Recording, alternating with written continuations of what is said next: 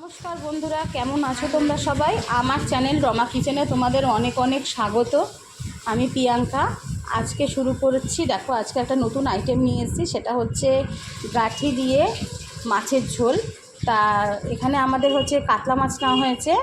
হ্যাঁ, গাঠি দিয়ে কাতলা মাছের ঝোল করব। সেটা হচ্ছে তোমার হচ্ছে গাঠি নেওয়া হয়েছে, টমেটো নিয়েছি, আদা নিয়েছি, আর তোমার হচ্ছে লেবু নিয়েছি, আর কালো জিরে, আর লাগবে তোমার হচ্ছে হলুদ আর নুন আর এটা সরষের তেলে হবে।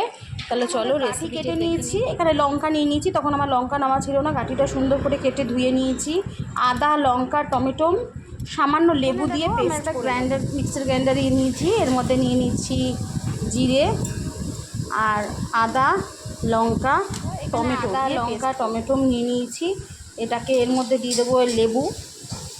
হ্যাঁ, একটা গোটা লেবু দিয়ে দিলাম। তো এটাকে পেস্ট করে নেবো। পেস্ট করে ফিরে আসি। লঙ্কা, জিরে, টমেটো পেস্ট আমরা কড়ায় বসিয়ে নিয়েছি। এর মধ্যে দিয়ে দেবো সরষে। এবার তেলটা গরম হতে দেবো। এখানে মাছের মধ্যে আমরা মাখিয়ে নেব নুন। আমরা কিন্তু খুব ভালো করে মাখিয়ে নিয়েছি। হ্যাঁ দেখো, মাখিয়ে নিচ্ছি খুব ভালো করে। মাছের মধ্যে নুন হলুদ মাখিয়ে নিচ্ছি। এবার মাছগুলোকে ভালো করে ভেজে নেব।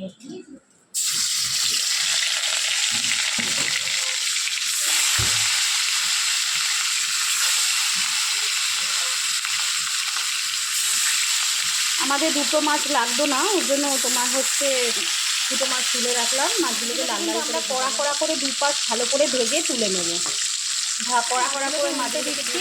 খুব ভালো করে এক পিঠ হয়ে গেলে সঙ্গে সঙ্গে উল্টে দেবো। খুব ভালো করে মাছগুলোকে উল্টে দিচ্ছি। এবার ওই পিঠটা হয়ে গেলে, ভালো কড়া কড়া হয়ে গেলে, আবার কড়া কড়া হয়ে গেছে। মাছগুলোকে আমরা এবার নামিয়ে নেব। একটা একটা করে সব নামিয়ে নিয়ে ফিরে কালো জিরে আর দিয়ে দেবো কাঠি।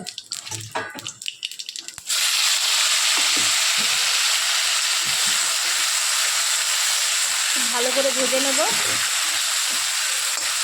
এর মধ্যে দিয়ে দেবো হলুদ আর নুন। হলুদ,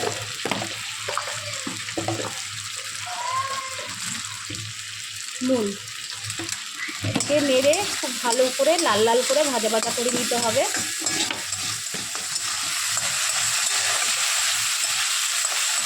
দেখতে পাচ্ছ, এখানে কিন্তু আমরা ভালো করে ভাজা ভাজা লাল লাল করে ভাজা ভাজা কিন্তু করে নিচ্ছি।